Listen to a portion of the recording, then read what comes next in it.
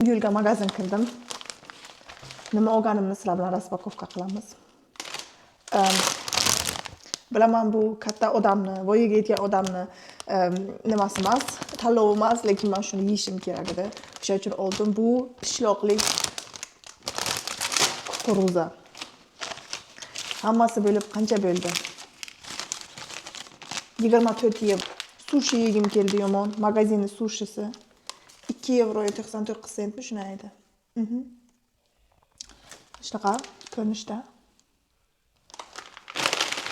O'zimga keyin o'sha boshlandi-ku, mandarinlar vaqti oldim. Keyin sekin-sekin chet elliklarni markalari, produktlari ham Germaniyaga kelyapti. Ana. Ajika deyilami, nima deylar? O'shanaqa baklajanlik. Nonga surtib yeysiz. Mango. O'zim uyga sushi qilaman deb sushini birinchini oldim. Shu yaxshi ko'raman shunaqa rezavor mevalarni. Shundan ham oldim. G'o'lin, Buxoroda g'o'lin deymiz, boshqa yoqda nima deylar bilmayman. O'shanaqa oldim. Hammalaringiz imbir dedingizlarni, imbir.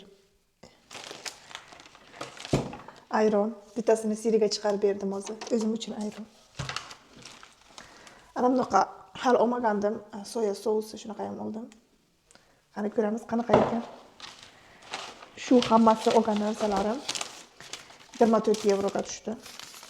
Rewe magazini Germaniyaning eng qimmatroq magazinlaridan biri. Mana shunaqa.